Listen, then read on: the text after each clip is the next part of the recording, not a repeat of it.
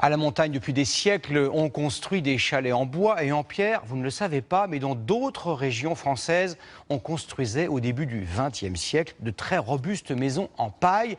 La technique est connue depuis très longtemps et elle retrouve les faveurs des architectes. Le matériau est écologique, bon marché et très isolant. Oubliez l'histoire des trois petits cochons et regardez ce reportage grand format. Il est signé Anaïs Barthes, Marine Poujol et Simon Humblot.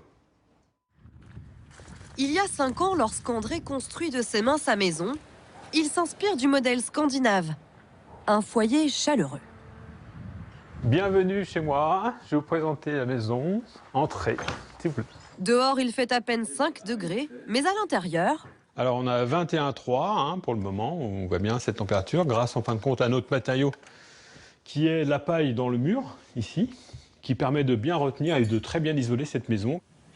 Une prouesse, d'autant que le poêle à bois ne chauffe pas ce jour-là. Et pour convaincre les curieux, André a d'ailleurs laissé cette ouverture.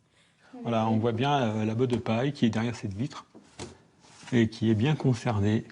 Derrière ces murs très épais, des centaines de bottes de paille compactées sont empilées, comme un jeu de Lego. De quoi rester au frais l'été et au chaud l'hiver, et surtout faire de belles économies sur ses factures d'énergie. Alors maintenant, avec mon poêle à granulés de bois, en fin de compte, je consomme à peu près 12 € par mois de chauffage. Et que mon ancienne habitation, c'était 4 fois plus. Une différence, je ne changerai pas d'habitation pour autant. C'est fini. À la construction, sa maison coûte 5% plus cher qu'une maison traditionnelle. Un léger surcoût qui n'empêche pas la paille d'avoir le vent en poupe. Partout en France, 5000 habitations comme celle-ci ont été construites ces dernières années. De quoi convaincre les plus réticents, car dans l'imaginaire collectif, quand on pense à la maison en paille, on pense au conte des trois petits cochons. Il souffla tellement fort que la maison finit par s'effondrer, laissant le pauvre petit cochon tout seul face au loup. Une idée reçue totalement fausse, bien au contraire. À Montargis, nous avons retrouvé la doyenne des constructions en paille. Elle a 100 ans.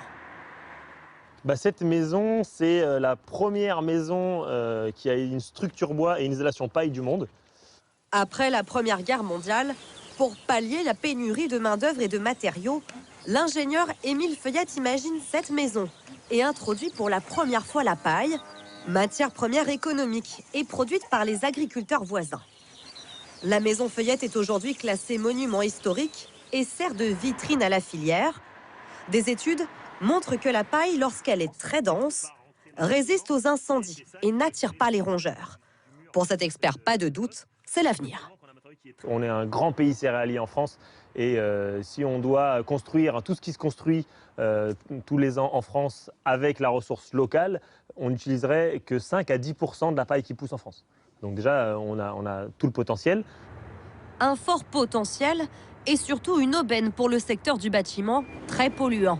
Il émet 18% des gaz à effet de serre. Alors pour réduire son empreinte carbone, la loi l'oblige à se tourner vers des matériaux plus écologiques. Voilà comment la paille fait son apparition sur des chantiers d'envergure, comme ici à Clermont-Ferrand. 17 000 bottes ont été nécessaires pour remplir les murs de ce futur lycée.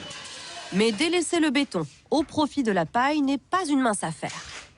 Apprendre à travailler la paille, c'est pas forcément que c'est nouveau, parce que c'est pas très compliqué non plus, mais par contre, le faire sur un procédé industriel, ça c'est nouveau.